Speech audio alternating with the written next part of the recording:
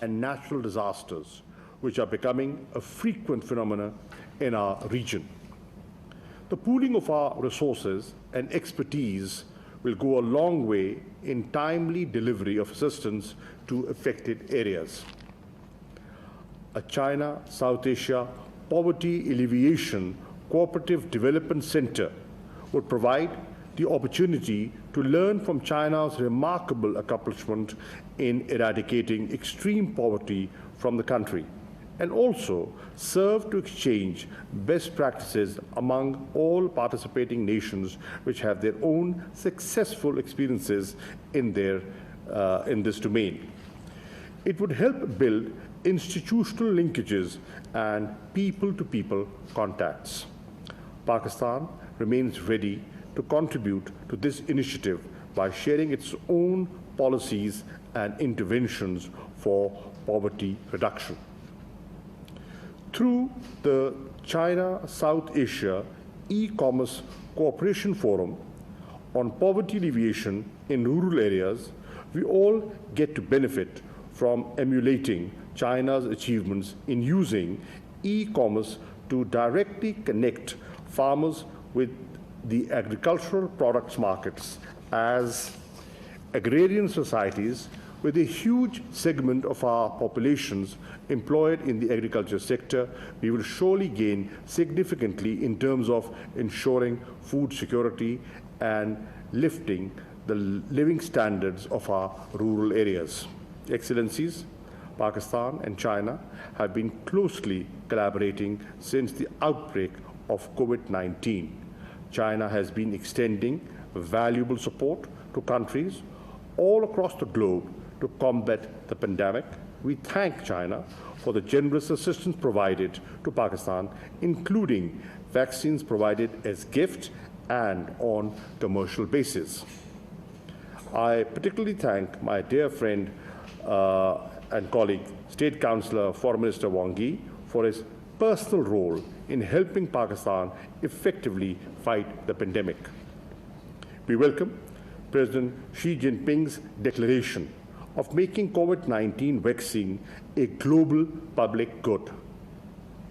We have to ensure equitable and affordable supply of vaccine to everyone, everywhere. We should dispel notions of stigmatization and insinuations on the origin of the virus. We should uphold multilateralism and extend our full support to WHO's science-based work and reject its politicization. Excellencies, Pakistan's people-centered response to COVID-19 has all along been aimed at saving lives, securing livelihoods, and stimulating the economy. The pandemic not only hampered our ongoing economic reforms, it also imposed certain priorities for the future.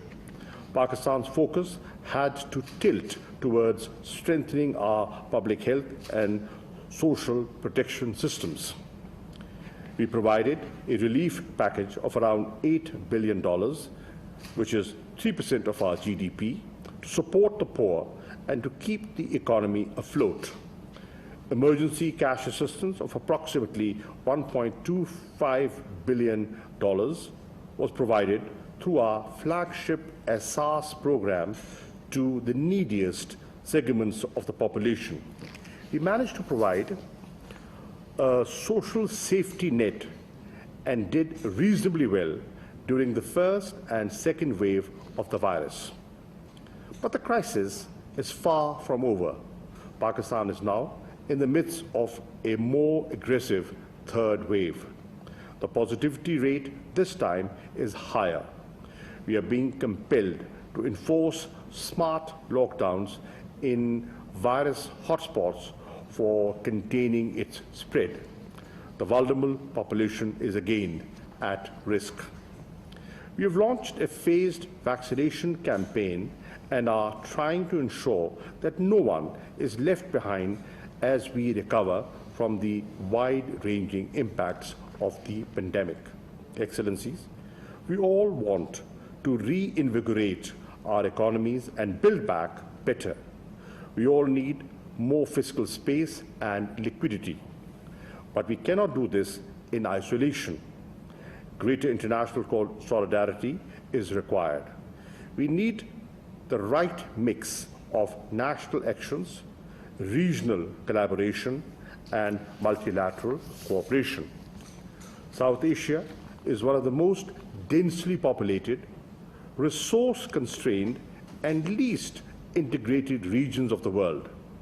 Our socio-economic development indicators, despite the improvements in recent times, remain on the lower side when compared to our richer neighbors in Asia and beyond. Our public health systems have been stretched to the limit by COVID-19 outbreak, along with unprecedented economic disruption. Cases are again rising in almost all South Asian countries.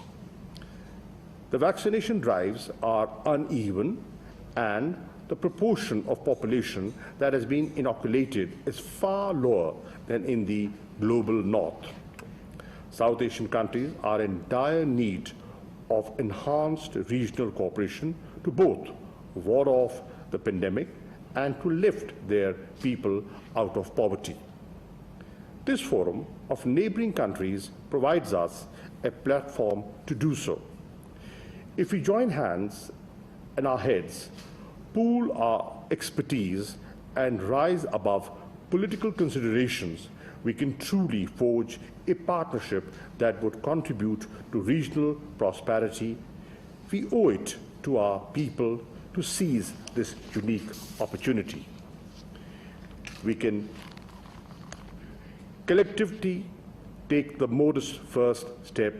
We can collectively take the first modest step of joining hands for enhancing mutual cooperation in improving our response to COVID-19 and preparedness for future health emergencies and natural disasters, as well as for alleviating the scourge of poverty. In the long run, our maritime and land-based connectivity initiatives have the potential to connect us with each other and with the rest of the world. Pakistan's vision, centered around economic security, is now at the core of our developmental paradigm.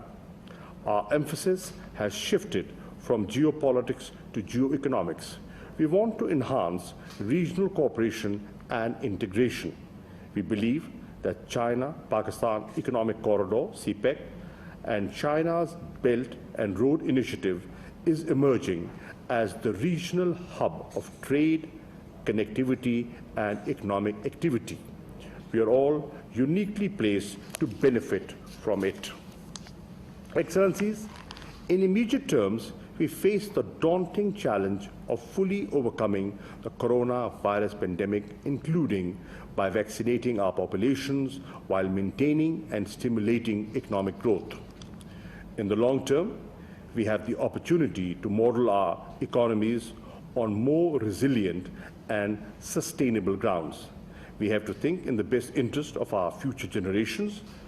It behoves us to join hands for win-win cooperation and outcomes. In conclusion, I once again laud the initiative of China in bringing us together on this forum. Pakistan reaffirms its resolve to further deepen mutual cooperation through this platform of 6 regional neighboring countries in pursuance of our economic developmental goals. We hope that this would be the start of a mutually beneficial and sterling example of South-South cooperation. In addition to contributing to the attainment of sustainable developmental goals by the target the date of 2030. We look forward to further engagement through this forum. Our success lies in mutual cooperation and partnerships. Excellencies, at the end, before I conclude, Pakistan extends its support and sympathy to the people of India as they battle the current wave of COVID-19 pandemic and that has hit our region hard. We have also offered relief support to India. We wish the people of India every relief and early relief and recovery. Together we can, and together we must overcome this challenge. I thank you.